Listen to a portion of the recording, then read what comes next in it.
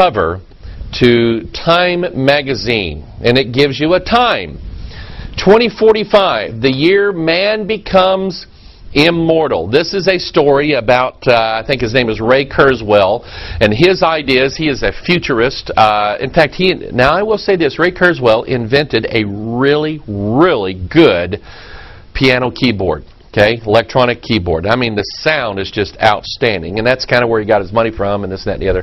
But he is a futurist, and he believes that, according to this article, he believes, and Time magazine ran it, that mankind, he is behind the idea of the singularity. We talked about that here on this broadcast, and we talked about it, others have talked about it. You started looking, you saw this, and went, I get it, I know what that is. By the way, the imagery here, is, of course, you see the cable going into the back of the neck. That's at the junction of the spine and the human brain. That's the same imagery that you see if you see the Matrix movies. That's exactly what you get.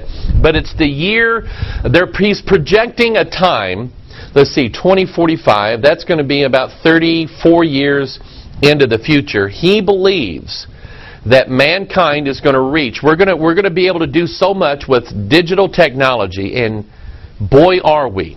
We're probably on the verge of becoming dangerous again. Remember Genesis chapter 11? Mankind got dangerous, and God said, in fact, let me go back and read it here. I want to get to Daniel 2 before too long, because I got something neat I want to show you. But Genesis 11, I want to show you what God said.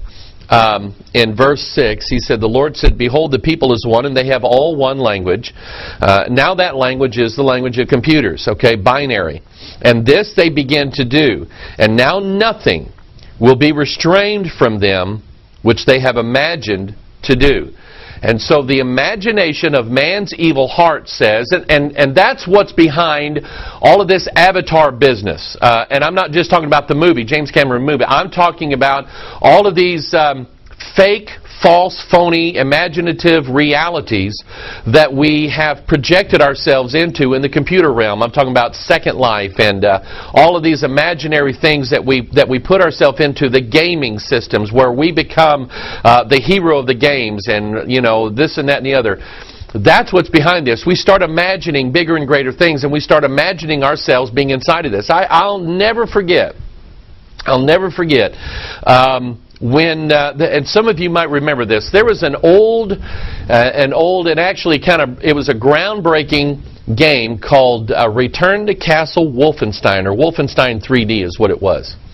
And it was really one of the first video games that was referred to as a shooter. In other words, it was a first-person view of you walking through all these doors and shooting all these Nazis and eating this food for health and gathering. I mean, that's what it was. I remember seeing this in an electronics store years ago when it first came out, and I was just going, oh, that is so cool.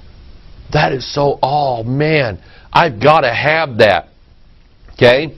So I bought a computer, got the game. Okay, and I remember playing this game late at night, okay, and playing this game, having headphones on so I didn't wake my wife up, and doors opening and Nazis shooting at you and talking.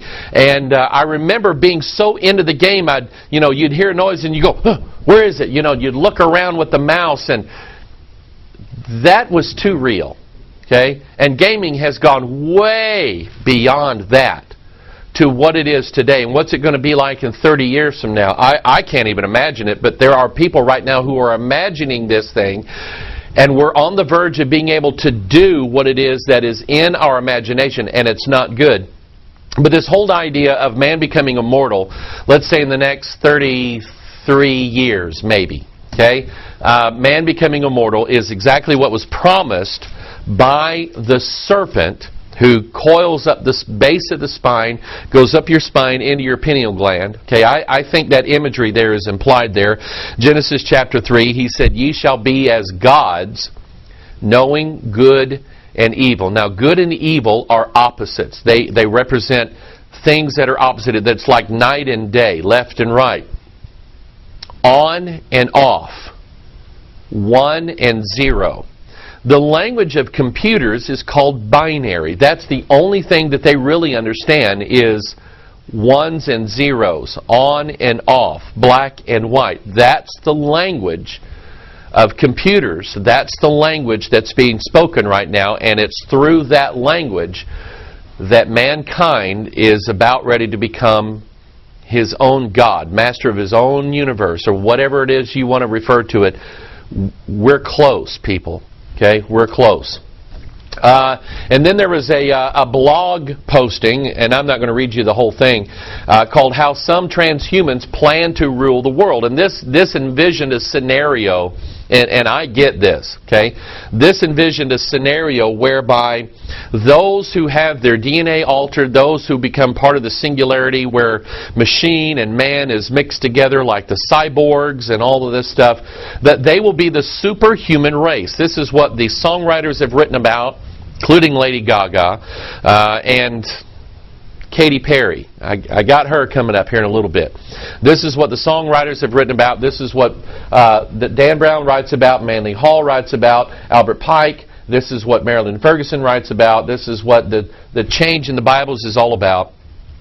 It's about man becoming fused and becoming a superhuman, a new race, a new breed is going to be bred, and they're going to be the gods of the earth. And people that won't submit to this, they're going to be ruled over, probably killed. That's what you see, I think, in the book of Revelation chapter 13, is that he beheads those who will not receive the mark of the beast. He prevails against the saints.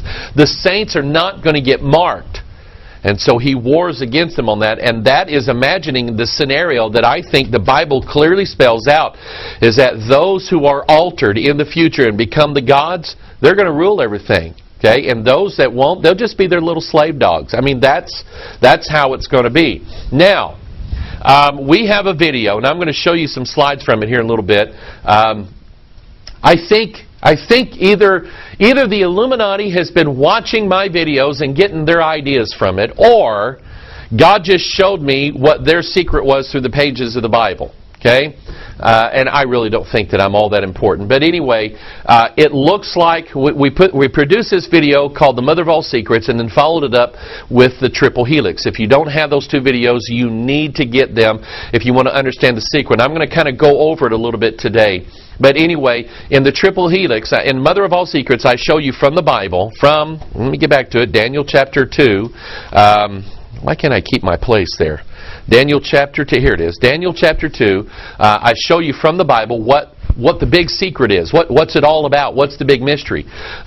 They shall mingle themselves with the seed of men. I'll explain that. In fact, I'll let Katy Perry explain it. She does a whole lot better job than me. Okay, but anyway, and I show you that. And then in Triple Helix, I show you the mechanism of how it's done. Man has two strands of DNA. They say, let's add a third to it. Here's an article. Okay, here's an article, March 1st, 2011. That's like, right now.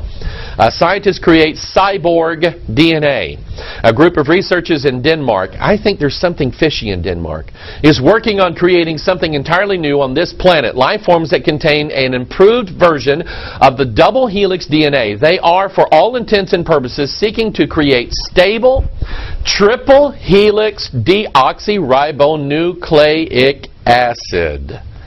And you see the image there. You see that the two-strand something is being added to it.